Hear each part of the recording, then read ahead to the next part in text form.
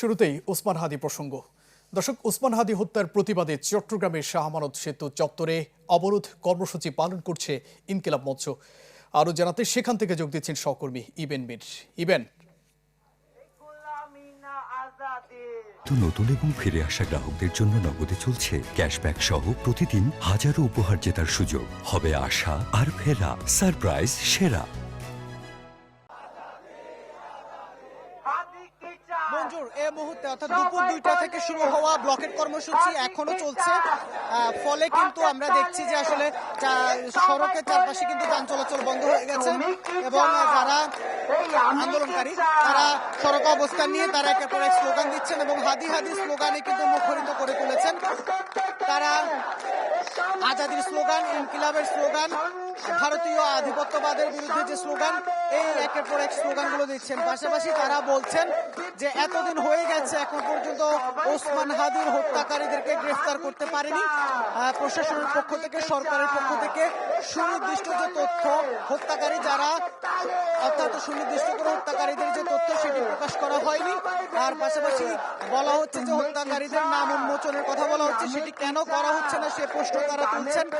তারা জানতে চাচ্ছেন যে আসলে হাদি হত্যার পিছনে কোন কোন রাঘব বোয়াল আছে, সে নামগুলো প্রকাশের জন্য তারা প্রশাসনের প্রতি জোর দাবি জানাচ্ছেন। যতক্ষণ না পর্যন্ত তাদের যে দাবি সেটি আসলে বাস্তবায়ন না হবে, তারা কিন্তু রাজপথ ছেড়ে যাবেন না। তারা কোনো আশ্বাসের প্রেক্ষিতে কিন্তু ছেড়ে যাবেন না। তারা বিচার নিশ্চিত করে তারা ঘরে ফিরতে চান। আর তারা জুলাইয়ের যে সৈনিকরা আছে, সে জুলাই সৈনিকরা যে নিরাপত্তাহীনতায় ভুগছে, এটির জন্য অন্তর্বর্তী সরকার দায়ী। একজন হাদি জীবন দিয়েছেন, আর কোনো হাদিকে যেন জীবন দিতে না হয় সেজন্য তারা আন্দোলনে নেমেছেন, সেজন্য তারা রাজপথে নেমেছেন। তারা বলছেন তাদের নিরাপত্তা তারা নিজেরা নিশ্চিত করবেন। যা তারা অন্তর্বর্তী সরকারের উপর আস্থা রেখে তাদের ভাইকে হারিয়েছেন, তারা একই ভুল আর করতে চান না।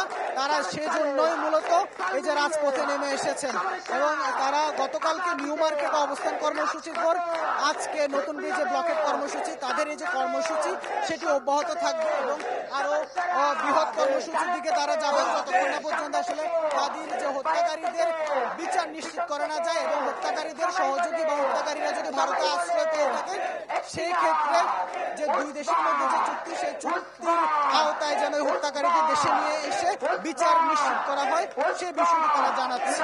মঞ্জুর। ইবেন, ধন্যবাদ আপনাকে। দর্শক, ওসমান হাদি হত্যার প্রতিবাদে চট্টগ্রামের শাহ আমানত সেতু চত্বরে অবরোধ কর্মসূচি পালন করছে ইনকিলাব মঞ্চ, সে খবর জানাচ্ছিলেন সহকর্মী ইবেন মীর।